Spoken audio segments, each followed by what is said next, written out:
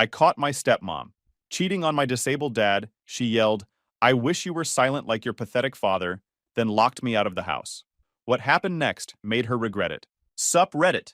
I was 12, translating my stepmom's lies to my deaf dad for years, until the day I walked into their bedroom and saw something I couldn't unsee.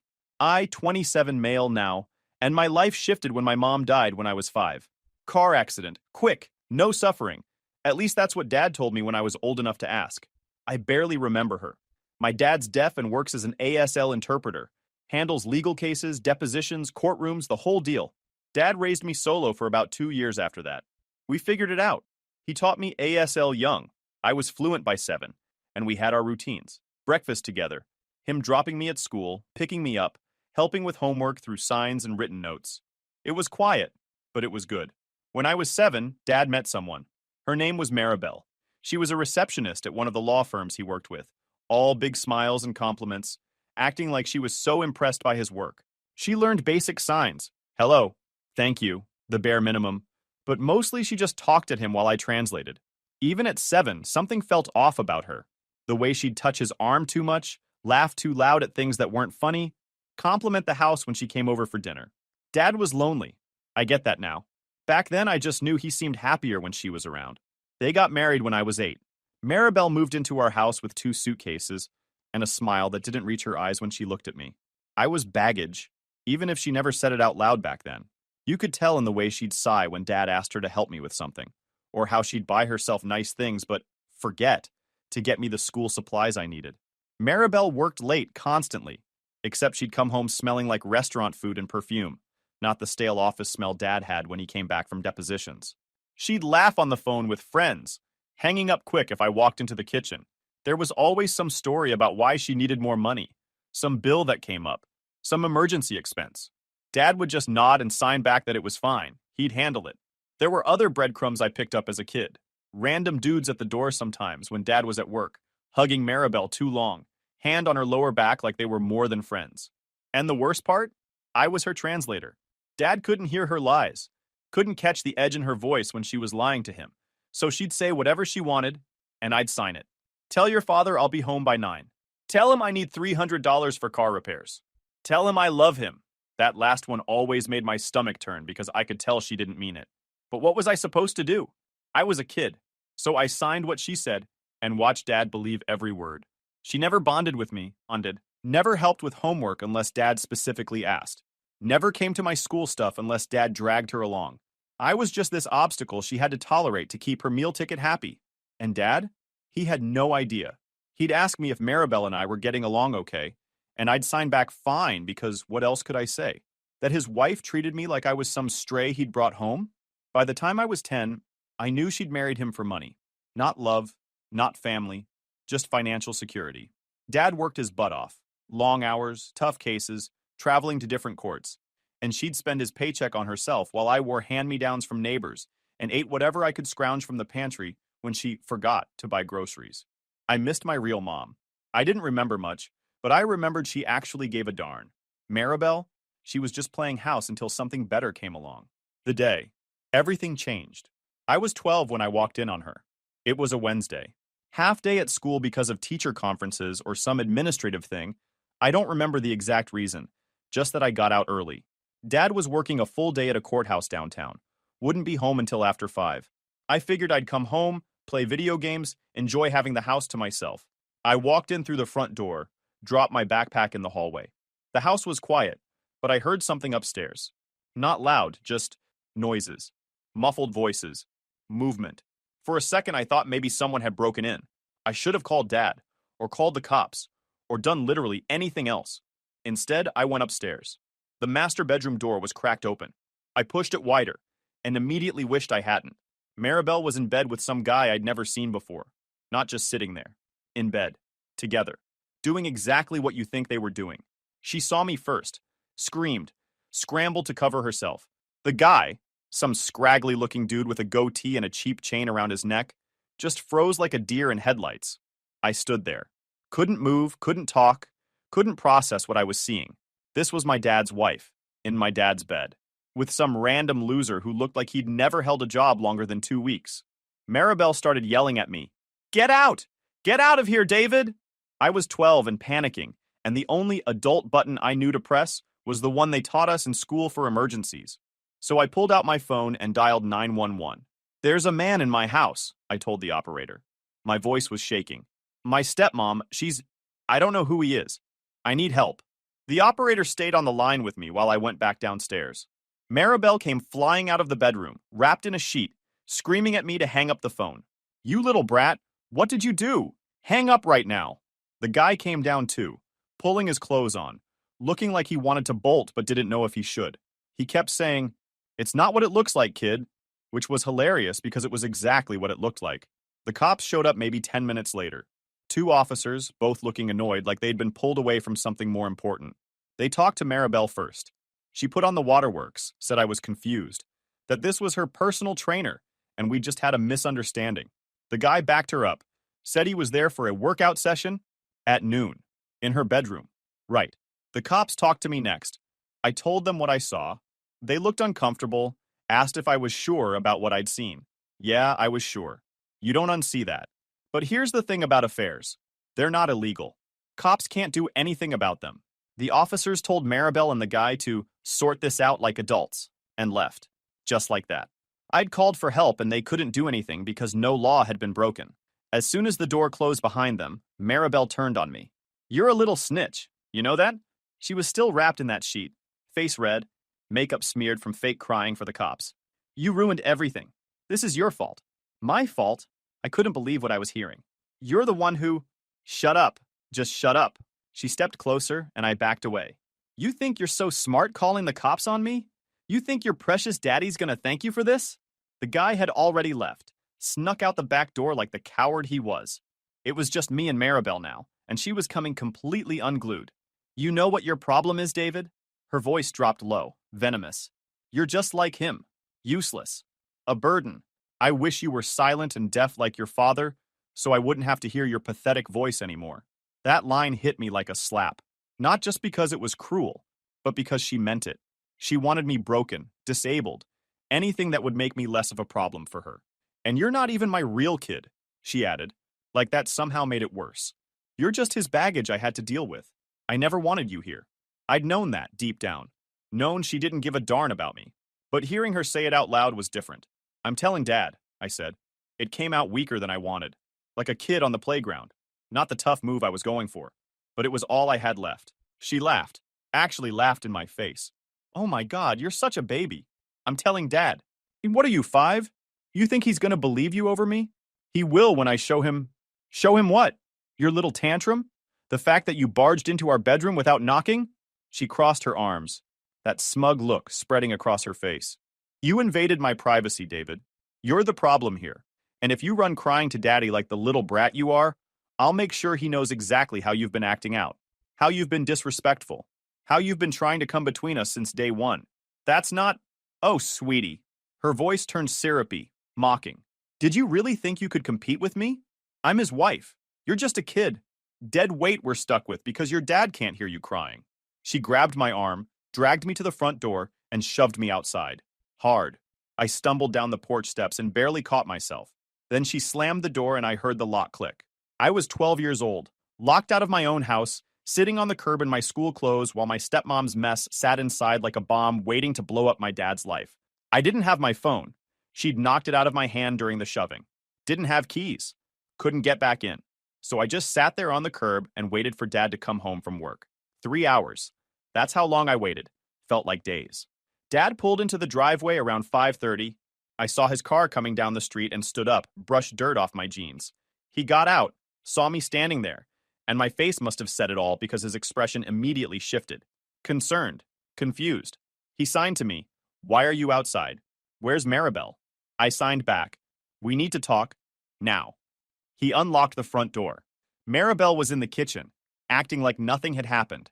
She'd cleaned herself up, changed clothes, put on fresh makeup, smiled at Dad when he walked in like she'd had a totally normal day, like she hadn't just been with some random dude in their bedroom 4 hours earlier. Dad signed to me. What's wrong? I took a breath and started signing everything. What I'd seen, who I'd seen, what Maribel had said to me, what she'd called him, how she'd locked me out. My hands were shaking, but I got through it. Dad's expression changed in stages. First confusion, then disbelief, then something I'd never seen on his face before. Pure, controlled rage. He didn't yell, obviously. Didn't shout or slam things. He just went very, very still. Then he turned to Maribel. She must have read it on his face because she started talking fast, making excuses. He's lying. He's confused. It was innocent. You don't understand. Dad held up one hand, stopped her mid-sentence. Then she did something I'll never forget. She grabbed a notepad off the kitchen counter and started scribbling frantically. Held it up to Dad. He's lying. Been acting out for weeks. Jealous of me. Saw my friend helping move furniture. Twisted it into something sick. He hates me. Always trying to make me look bad. He's manipulating you. I felt my stomach drop. She was good. Real good. Playing the victim, making me sound like some disturbed kid with a vendetta. Dad read the note. Then he looked at me. Really looked at me. I could see him weighing it. His wife of 4 years versus his 12-year-old son. Who do you believe when it's one person's word against another? I signed to him, hands trembling. Dad, I'm not lying. I swear on everything. I saw them. I know what I saw. She told me you were a deaf burden, and that I was keeping her from what she deserved. She locked me outside for hours. Maribel grabbed the pen again, writing fast. More lies. Making me sound like a monster. Probably rehearsed this waiting for you. Would I risk everything? He's unstable. Dad stood there for what felt like forever. Then he turned to Maribel and did something I'd never seen him do before. He started signing directly at her, even though she barely knew ASL. Big, aggressive signs. The kind you make when you want someone to feel the weight of every single word, even if they can't understand the language. You, made, a, mistake, lying, to, me. She stared at him, confused, probably catching maybe one word in 5. Didn't matter. His face said everything his hands were spelling out. Dad walked straight to their bedroom and started grabbing her stuff. Clothes out of the closet, shoes, makeup from the bathroom, armfuls of her stuff. He carried it all downstairs and threw it out the front door onto the lawn. Every piece. Her expensive dresses, her jewelry box, her toiletries, all of it. Maribel followed him, screaming now. You can't do this. This is my house, too. You're being insane. You're choosing to believe a child over me? Dad kept signing to her even though she couldn't understand. Didn't matter. His message was crystal clear. Get out. She switched tactics. Started crying, begging, saying she'd made a mistake but she loved him. She'd change. Please don't do this. The whole performance. Dad didn't even look at her. Just kept clearing out her stuff like she was garbage being taken to the curb. When the bedroom was empty of anything belonging to her, Dad went to his office and pulled out paperwork. He'd had a prenup. Smart man. He'd seen enough courtrooms to know better than to marry someone without one. She'd signed it 4 years ago, probably too blinded by dollar signs to read the fine print. That prenup was about to save his butt. Maribel finally realized he was serious. Then she turned to me. And you, she hissed, stepping closer. You little brat. You just ruined your own life. I will make you regret this. I'll tell everyone what a disturbed, lying little freak you are. You think your dad's going to protect you? He can't even hear you scream. Something snapped in me. I stepped forward. He doesn't need to hear me, I said, voice shaking but loud. He just needs to see you for what you are. And he does now. You're the liar. You're the one who's messed up. And you're going to leave with nothing because you're a cheater, and everyone's going to know it. Dad saw her move toward me. Saw her face. He stepped between us, one hand on my shoulder, the other pointing at the door. The look on his face would have stopped a charging bull. She backed off, grabbed what she could carry from the lawn and left. Drove off in her car, the one Dad had paid for, of course, screeching out of the driveway like a teenager throwing a tantrum. I thought that was the end of it. Stupid of me. For the next few weeks, she tried everything. Lawyers, letters, threats through mutual friends. Tried to claim abuse, neglect, incompetence. Tried to say Dad was unfit because of his disability. Every angle she could think of. Dad's lawyer shut it all down. The prenup held. My testimony, backed up by text message timestamps, neighbor statements, and the fact that I was a straight-A kid with zero history of behavioral issues, buried any claim she tried to make about me being a liar. The divorce was fast. Maribel's lawyer tried to argue she deserved more, that she'd been a homemaker and stepmother and contributed to the household. Dad's lawyer brought out the prenup, the affair evidence, and my testimony about what I'd witnessed and what she'd said to me. The judge didn't need a long hearing. I was 12, old enough to tell them what happened, and I told the truth. Maribel had no parental rights to me. She was just Dad's wife, never my legal parent. She'd been married to him for 4 years, that was it. She left the marriage with almost nothing, thanks to the prenup and her own terrible behavior. Within 6 months, the divorce was finalized, and Maribel was gone from our lives. Dad never badmouthed her to me afterward. Didn't need to. His silence said enough. 3 weeks after the divorce was finalized, I thought we were done with Maribel's nonsense. Dad and I had settled back into our old rhythm. Breakfast together, him signing about work stuff, me complaining about algebra homework. The house felt lighter without her in it. No fake smiles, no random dudes showing up, no more translating lies, just us figuring things out like we always had. It was a Tuesday morning. Dad was making eggs. I was half awake at the kitchen table scrolling through my phone when someone knocked on the front door. Not a friendly knock. The official kind. 3 solid raps that make your stomach drop even when you haven't done anything wrong. Dad looked at me, eyebrows up. I shrugged and went to answer it. 2 people stood on the porch. Woman in her 40s with a county badge clipped to her belt, guy next to her holding a tablet like he was ready to take notes on everything.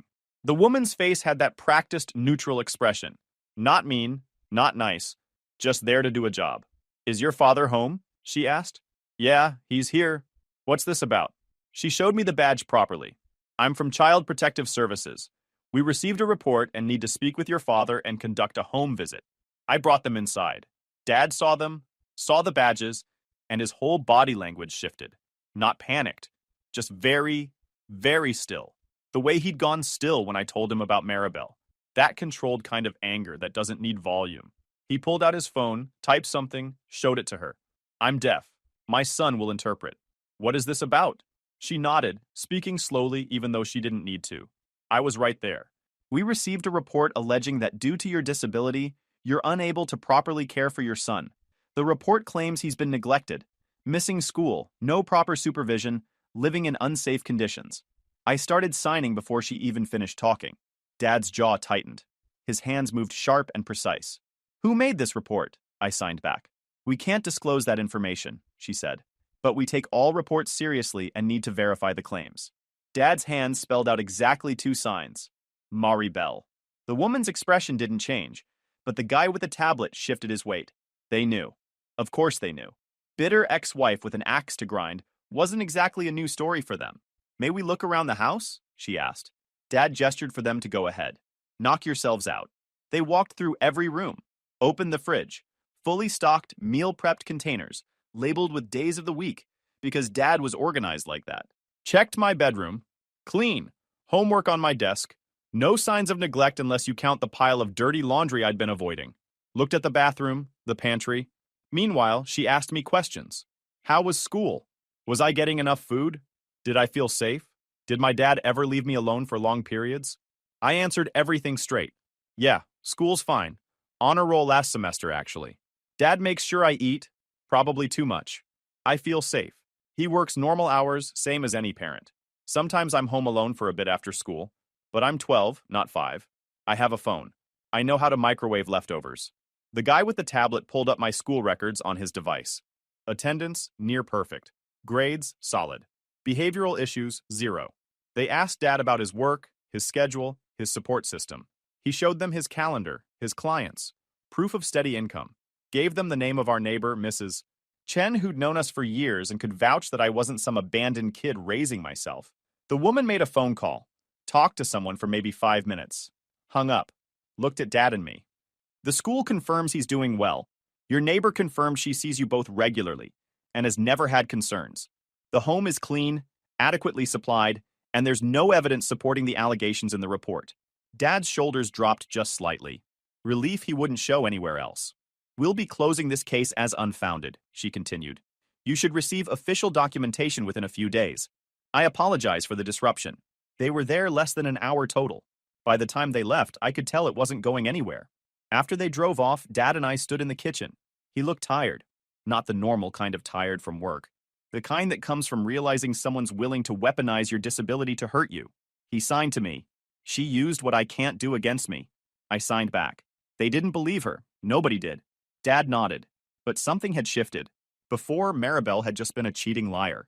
Now she was someone who'd tried to use the system, use his deafness, to take me away from him, to prove he wasn't capable of being my father, because he couldn't hear me if I called for help. That's a different kind of evil. The official letter came 4 days later. Report unfounded. Case closed. Maribel had taken her best shot using the one thing Dad couldn't defend himself against directly, his disability, and it hadn't even left a scratch.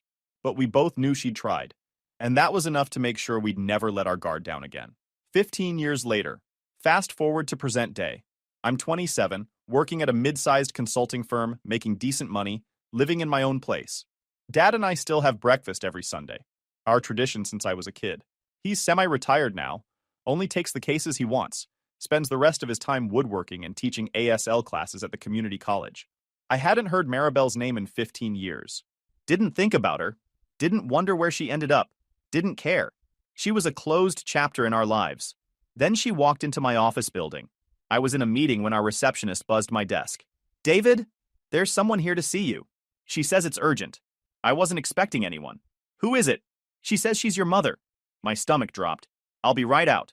I walked to the lobby, and there she was. Maribel, 15 years older, looking like she'd been through hell. Hair unwashed, clothes dirty, skin sallow and covered in sores. She'd aged 20 years in 15. That's what addiction does. She saw me and her face lit up. That desperate, manic kind of happy that makes your skin crawl. "David! Oh my gosh, David, you look so good. So grown up." Everyone in the lobby was watching. Co-workers, clients, the receptionist who'd buzzed me. I could feel their eyes. "Outside," I said. "Now."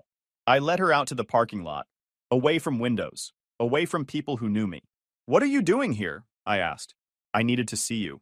I've been trying to call, but your number's changed, and I didn't know how else to reach you." She was talking fast. "I need your help, David. I'm in real trouble." "How did you find out where I work?" I asked around. "Your dad's still listed in some directories. I called his old workplace. They mentioned you were doing well. Someone who knew where you worked." She waved her hand like the details didn't matter. "That's not important. What's important is I need money." Of course she did. "For what?" I asked. "To get back on my feet. I'm living in a shelter right now. I lost my apartment. I need to get into a program, but it costs money and I don't have any."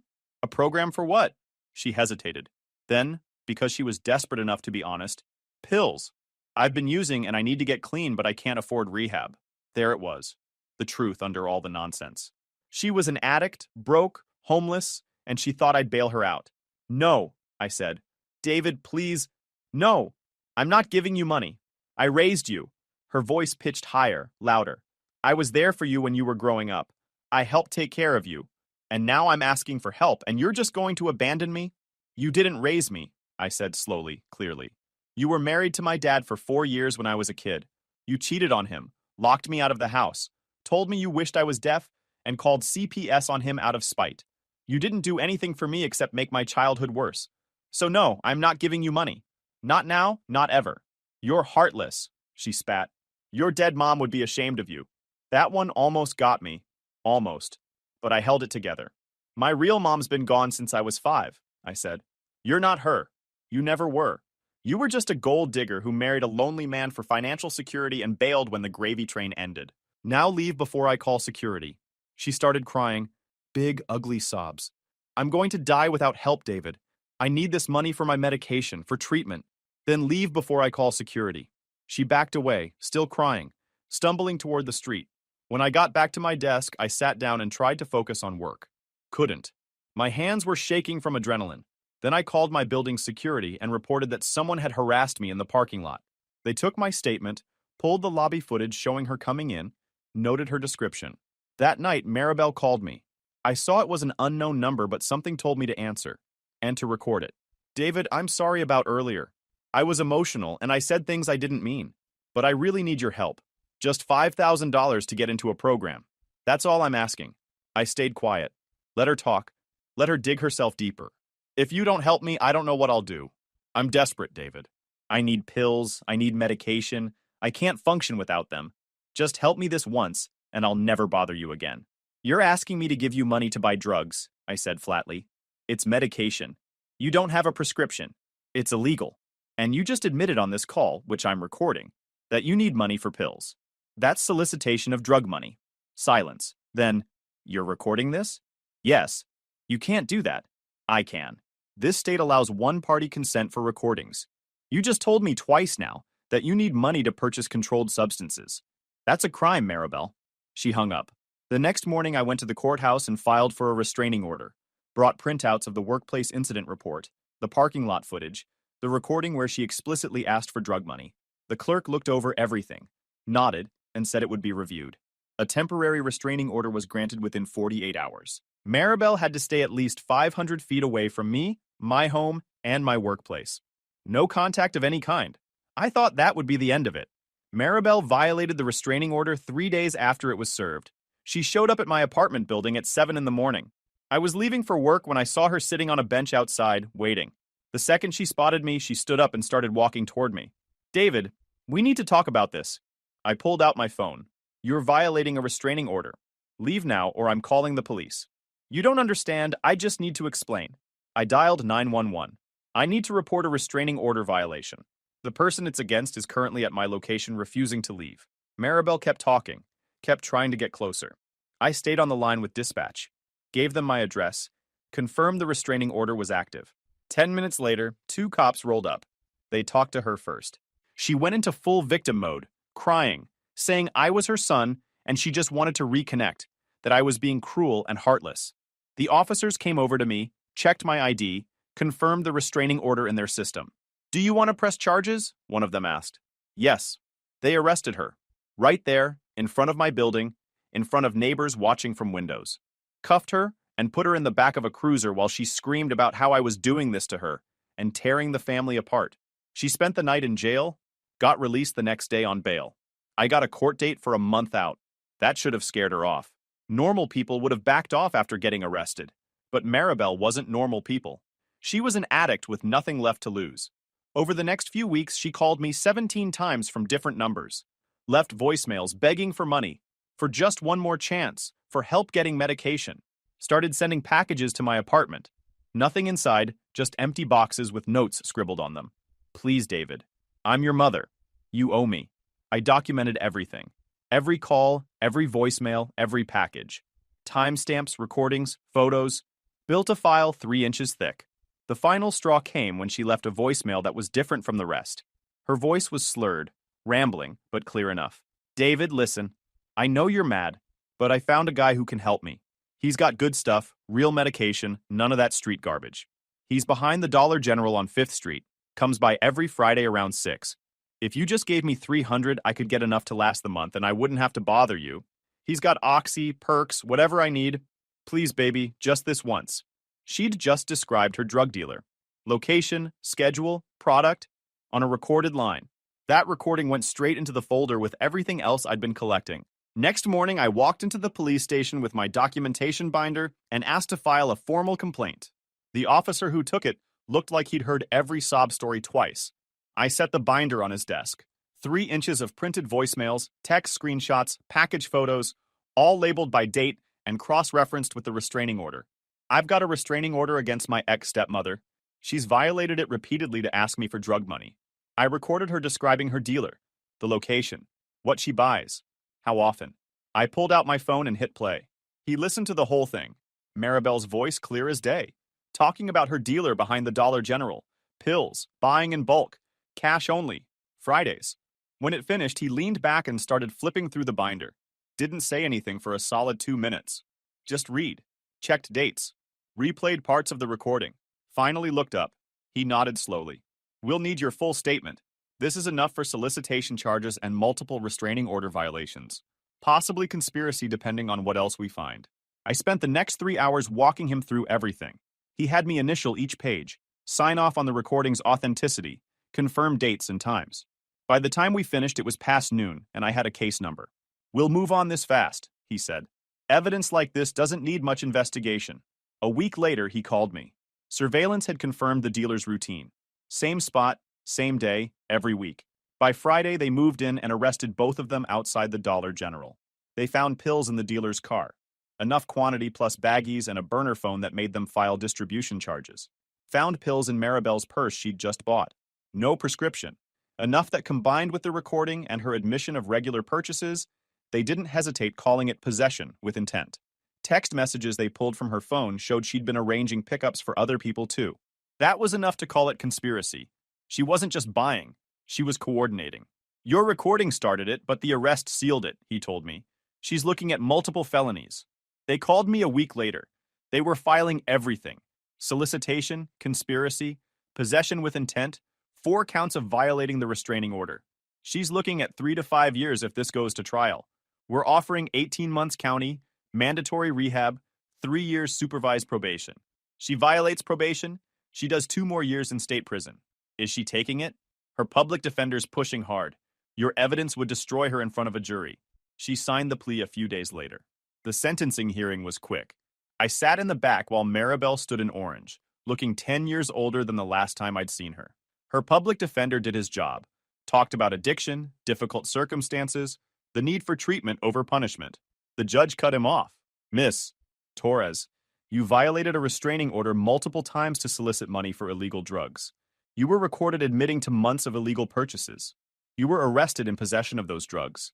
The court sees a clear pattern of criminal behavior and disregard for legal boundaries. Maribel kept her head down. 18 months county jail, mandatory inpatient rehabilitation upon release, 3 years supervised probation. You're prohibited from any contact with Mr. Hayes during your sentence and probation period. If you violate probation, you'll serve an additional 2 years in state prison. Yes, Your Honor, Maribel said quietly. The bailiff let her out. She shuffled away in chains and didn't look back once. I left the courthouse feeling like I'd just closed a file. Job done, moving on. 2 months later, the county jail called. Somehow I was still listed as an emergency contact. They said she'd been hospitalized after an incident, was asking to speak to me. You have the restraining order on file. Remove my name from her records. Sir, we need authorization. Remove it now, or I'm filing a complaint for facilitating prohibited contact in violation of a court order. They handled it within the hour. Haven't heard her name since. Don't know if she finished her sentence, got clean, relapsed, ended up dead in a motel somewhere. Don't care. She was my dad's mistake for 4 years when I was a kid. That's it. She thought showing up crying would guilt me into being her personal ATM. Instead, she handed me everything I needed to put her away. Dad and I talked about it over steaks at his place last month, signing across the table like we've done for 20 years. You did what you had to do, he signed. He was right. She made her choices. I made mine. Guys, we are so close to hit 100,000 subscribers on this channel. If you are not subscribed to the channel, please consider subscribing. It really helps hit that 100,000 mark.